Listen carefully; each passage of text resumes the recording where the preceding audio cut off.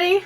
Welcome back to Mint Collectibles. I am Phie, and today I am going to be reviewing the first volume of the Superman Golden Age Omnibus. The Golden Age Superman Omnibus, which was written by Jerry Siegel, and the art was by Joe Shuster. I wanted to read this book because if you had seen my previous review, I reviewed the first volume of the Captain America Golden Age Omnibus, and I felt like after I read that, I was like, I want to read something DC now. And I picked Superman because he is the original superhero. So I thought that it would be interesting. I particularly like this period of time just because it's so different from today. This book isn't difficult to read. It's just the layout of like the panels are different because there's so many small ones. It kind of like makes the story longer. Like modern comic books, they've got like bigger, more elaborate artistic panels. And so that kind of does make it seem like it's longer, but it's really like you can blast through it pretty quick. Something that kind of threw me off about this story is when like right from the very first story, like when you begin reading it, Superman, I know like Clark Kent and Superman are like supposed to like be different. Like I know it's the same guy, but like Clark Kent is different than Superman. But they make Clark Kent like super, I don't know what the word is that I'm looking for, but he just is a pushover. Like he's dancing with Lois at a ball for this banquet or something, and this goon walks up and tells him, yo, I'm cutting in, I'm dancing with her now. And Lois is like, don't let him talk to you like that. And Clark is telling Lois like, look, let him have this dance, just give him what he wants, and then when he's done dancing with you, he'll just bring you back to me. It's a bit much. Like they go way overboard, and by the same token, like I go into this book thinking about it like how you see it in the movies, like Clark is Lois doesn't know that Clark is Superman and she's in love with him. And like you would think that they would have like a friendly relationship, but they really don't. Like Lois is almost insufferable. She is like, I couldn't imagine anybody wanting to be around her. She is like, for lack of a better word, she is a bitch through the whole book. She says like some of the meanest things I've ever heard someone say to another person for like the smallest little inconvenience. She's just like, oh, you are a spineless worm. It's like, it's just really degrading. It's not enjoyable to see her interaction with him. And then like when we get to like his powers, it's like a whole other thing because it's like they're like choking him back the whole time. It feels like they're like keeping him from using his powers, and he does things like to totally give his identity away too. Things happen like, are you holding your powers back because you want to hide your identity? And then you do this thing where it's like he's locked in a room, and then when they come back, the only person locked in that room still is Superman. Like, where did Clark go? Like, it's just Superman in the room, and they don't even address it. Like, it's just like, keep it moving, keep the story moving. He doesn't fly, which is weird. It's always streaking. He's in his stance. He's never ever like arms out straight forward flying. He's always like going through the air in like a vertical stance. It's like, what are you doing? He gets so much of his information from dangling on the outside of a windowsill, like all the time. He's like, a lot of the stories, he's just outside of a window, really. He's dangling from the sill or like up against the wall. Like he says it, he's like, oh, I'm about to get the real dirt on this. It's just so ridiculous, like how he just maneuvers around. It's like, you have so much power. You're Superman right now. Why are you not using it? Then he'll do things that are completely unnecessary. Like when he arrives at places, he'll just land through the roof or blasting through the glass of the windows, or like like a gangway from Captain America. But he doesn't say anything. He just shows up. He's like, oh, I know everyone's glad I'm here now. Like Superman's like full of himself a little bit. Yeah. He also does this thing that is like so funny, where he does the Vulcan death grip to Lois to knock her out all the time. Like if he can't break away to be Superman, he pinches her neck and puts her unconscious. Another funny thing that he does repeatedly in the book is he blocks things with like a knife or a bullet or a table saw. He's always blocking with his hand. It's hilarious. He's like, it's like you have so much power and you're so like, what are you doing? Just blocking with your one hand, like your hand. It's so funny. Another thing that I really enjoyed about the story, everybody is business cash. Like nobody, kids all the time dress business casual. Everybody looks like they're on their way to church.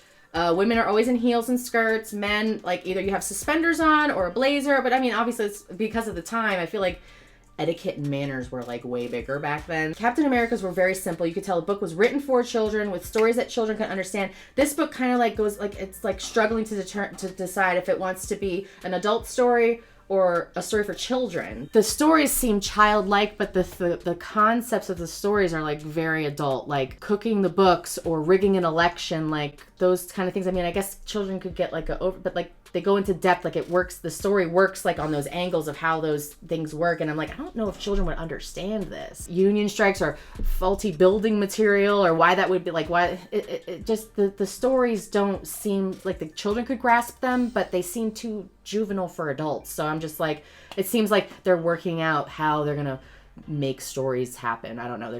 They're learning how to write a comic book story. Oh, like the Captain America book, everything was about espionage and spies and children, you know, turn your parents in if they're spies.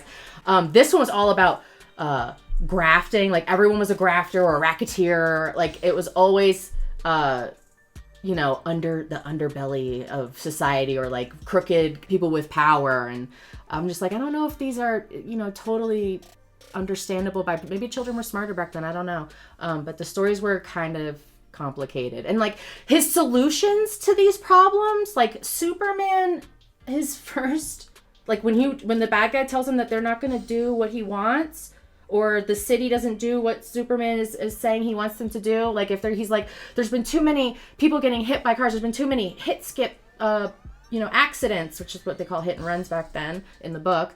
And his solution to that, if people don't start driving safer, is he's just gonna kick and destroy every car on the road. He's gonna break everything. So it's like, if you're a construction company that's building like with cheap materials, like he's just gonna break all of he's just immediately to violence. Everything is straight to violence.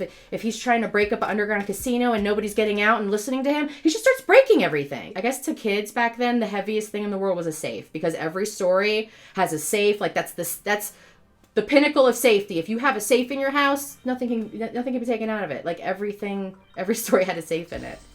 Like the conflicts in the story, like some of the stories didn't have like a villain overall. It was just sort of like, I mean, they had an identity like that would be a villain, like a politician or like the mayor or something. But it was never like, they only had like two overarching villains that were in more than one story, and that was a villain named Ultra.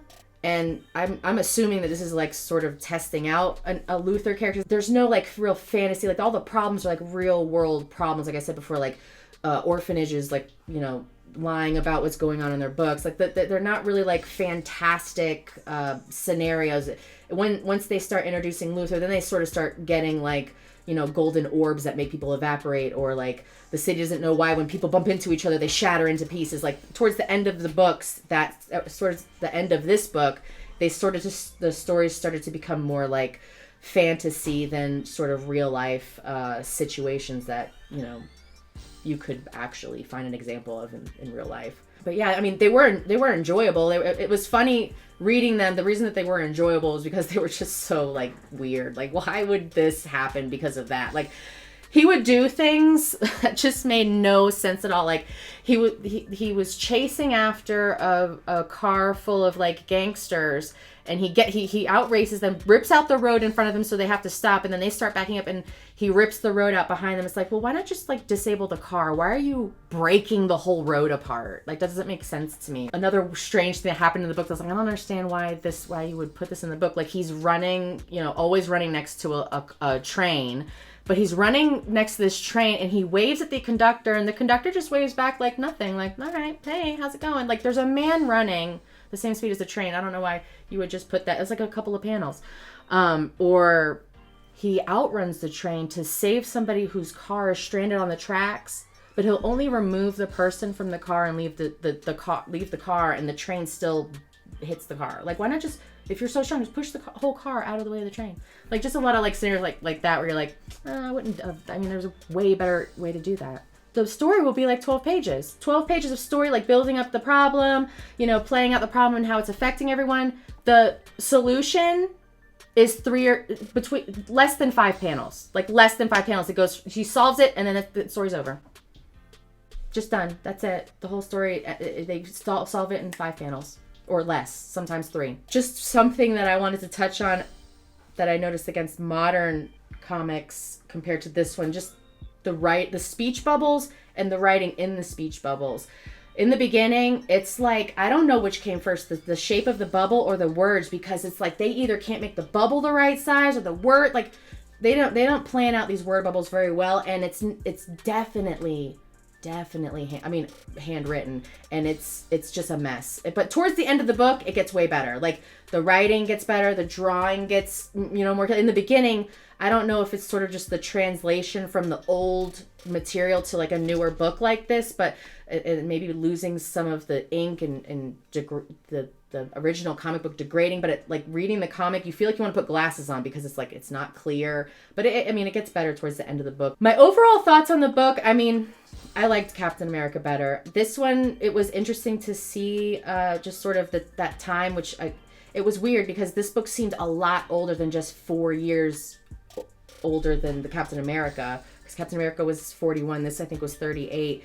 It seemed a lot older than that. I would recommend for anybody to read it who loves Superman, because you will be like, I don't know who this guy is, but he's wearing Superman's costume. But yeah, I would definitely recommend to read this. If you liked my review, please hit the thumbs up. Maybe leave me a comment if there's something that I missed where you read the book and I didn't address it. Subscribe, please, to the channel. We'd really appreciate it. It helps us out a lot. And hit the notification bell if you like to be updated every time Gem drops something. He does daily content. He does post something every single day. It's amazing. But thank you so much for watching my video. And if you haven't checked out the Captain America one, please go back and check it out now. Stay minty fresh. Peace.